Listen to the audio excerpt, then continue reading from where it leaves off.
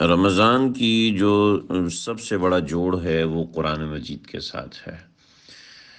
قرآن مجید کا رمضان کے ساتھ ایسا خاص حق ہے کہ قرآن مجید اللہ رب العزت کے پاس جاتا ہے اور بتاتا ہے کہ اس بندے نے میرا حق ادا کیا ہے اور اس بندے نے میرا حق ادا نہیں کیا۔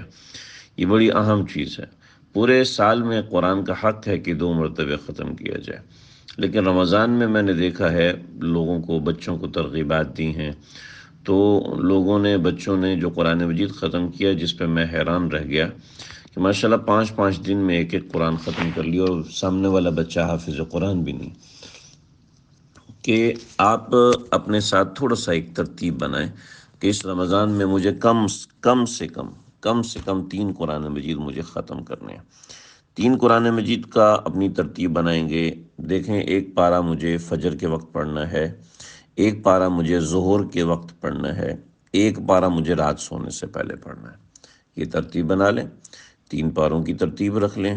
جب ڈیلی بیسس پر 3 پاروں کی ترتیب رکھیں گے تو 10 دن میں ایک قرآن، پھر 10 دن میں ایک قرآن، پھر 10 دن میں ایک قرآن۔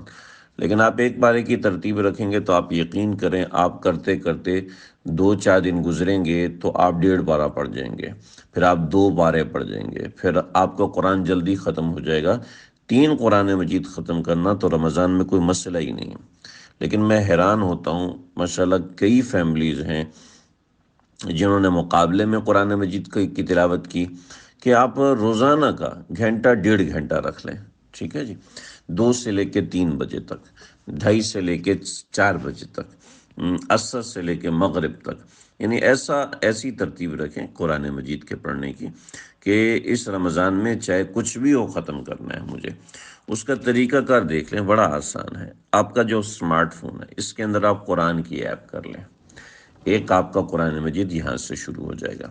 اس کے بعد دوسرا قرآن مجید آپ اپنے ٹیبل پہ رکھ لیں، جہاں پر آپ بیٹھتے ہیں، جہاں پر آپ لیٹتے ہیں۔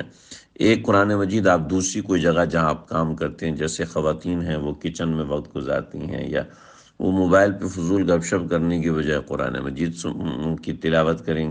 جب وہ قرآن مجید کی تلاوت رکھیں گی تو ادھر سے موبائل سے پڑھا، ادھر سے وہاں سے پڑھا، تو اس طریقے سے اپنے اوقات کو سیو کریں۔ جو لوگ دفتر جاتے ہیں، راستے کے اندر گاڑی میں بیٹھے ہوئے ہوتے ہیں، راستے میں تلاوت کرتے ہوئے چلے جائیں۔